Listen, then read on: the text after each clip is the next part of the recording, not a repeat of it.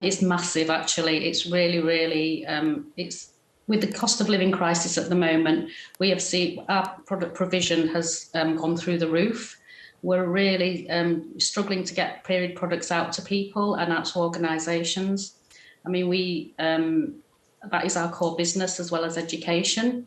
So we're really struggling, and also the price of period products have gone up as well, because of the cost of living crisis. So actually, small organisations like ourselves are struggling to get enough products out to people. We deal with over 80 organisations where, in the UK where we are based. So what exactly? So what exactly does this law specify? How will people be able to access the free products? So the free products in Scotland, so Scotland is different from the UK, from England, they will be able to get the products through an app. And now, so they'll have an app on their phones, and they'll be able to find there's like 700 different places where they can pick up period products. Unfortunately, I mean, that's a great idea, but a lot of people are suffering, they haven't got any data on their phones, they don't have a smartphone.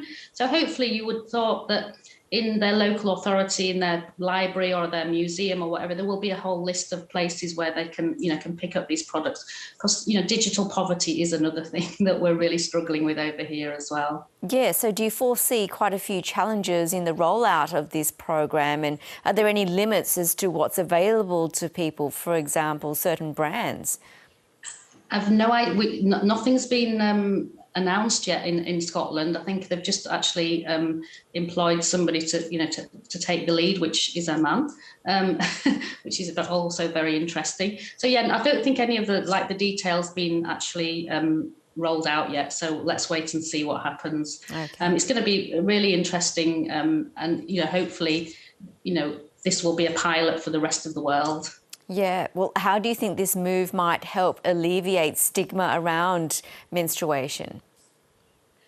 Yeah, I mean, we can talk about it more. We know, I think there's still a lot to do with education. We need to, educate from a younger age, so it becomes the normal. Periods are it's just a basic bodily function like anything else, but there's still that massive stigma and taboo around it. And we need to be educating, not just, children, but other people, older people who are, really suffering and don't understand. So I think, it goes a long way to say, actually, we've put this on the map now, but let's go forward. Let's, and talk about it more. So people you don't feel, like a stigma about asking for products when they need them. Because it is almost like a basic right that we need, that people who menstruate have access to safe period protection. How long has this change in the law been in the making, and how is it being received?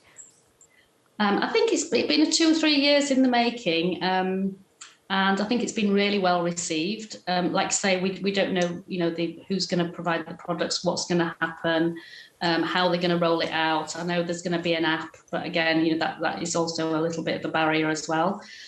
So yeah, hopefully it'll be successful. And, I suppose it's the first in the world, so we can learn by our mistakes, or they can learn by their mistakes anyway.